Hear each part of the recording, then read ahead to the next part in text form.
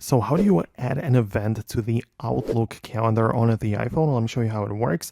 And if you're new here, most definitely subscribe so you never miss anything important. So of course, if you just have the Outlook app installed on your device, you can see at the bottom you have like the mail, apps, and the calendar button. So you obviously go to the calendar and then you can click on the like plus button in the bottom right corner and start a new event, right? So you can see you give it a title, and basically all of the regular settings here are available, like to set up if it's a all day or choosing the time zone, the time and location, repeating, all of that kind of thing, right? So that's how you can add it. You just confirm it with the check mark in the top right, and that's how you can like add event to the Outlook calendar on the iPhone.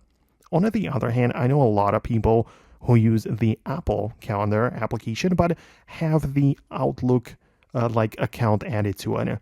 In that case, it works kind of similar because when you go to the like Apple Calendar and create a new event, again, very same process of setting up the title, location, whatever, but then you decide in which calendar you're going to categorize it in, right? So you're going to see like more options most likely, and you just want to click the one which is for the Outlook, right? So in my case, I have a couple of iCloud calendars, and you might see a different one, like for example, have the Google one here or the Outlook, whatever. So that is if you are using the Apple Calendar client. So I really hope that I can help you out with this. Let me know what you think below. Subscribe for upcoming tutorials and videos like this one, and I'll talk to you soon in the next video. So thanks a lot, and I'll see you later.